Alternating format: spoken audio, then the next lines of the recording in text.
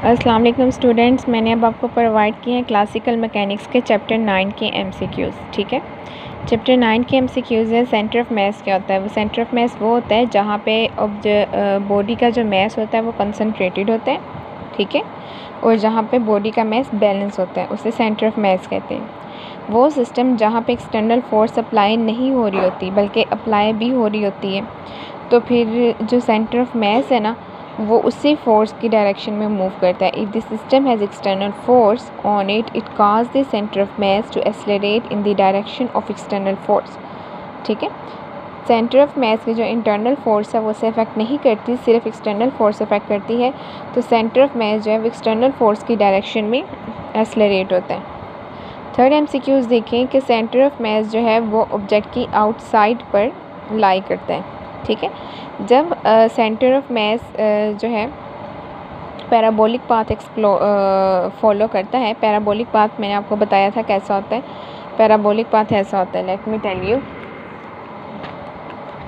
ये होता है पैराबोलिक पाथ। ठीक है, जैसे हमने प्रोजेक्टाइल मोशन पढ़ी थी, ठीक है, ये पैराबोलिक पाथ होता है, ये वाला। तो जब ऑब्जेक्ट जो होता है वो एक्सप्लोड करता है एक्सटर्नल फोर्स की इंटरनल फोर्स की वजह से, तो सेंटर ऑफ मास जो है वो पैराबोलिक पाथ को फॉलो करता है। सेंटर ऑफ मास का फार्मूला है mx1 + mx2 divided by m। अगर वेलोसिटी होगी, centre of mass of velocity होगी तो यहाँ x की जगह v आ जाएगा। ठीक है, अगर एक्सेलरेशन होगा तो x की जगह a आ जाएगा।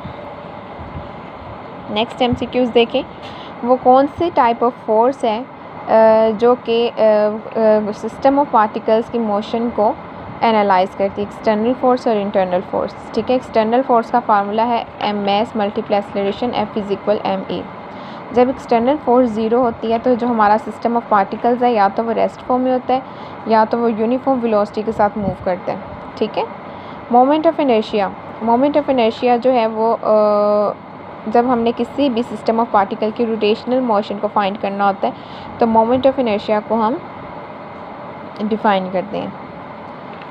तो देखिए, टोटल एनर्जी हमारे पास क्या होती है, सेंटर ऑफ मास की एनर्जी और वो काइनेटिक एनर्जी जो सेंटर ऑफ मास से रिलेट करे।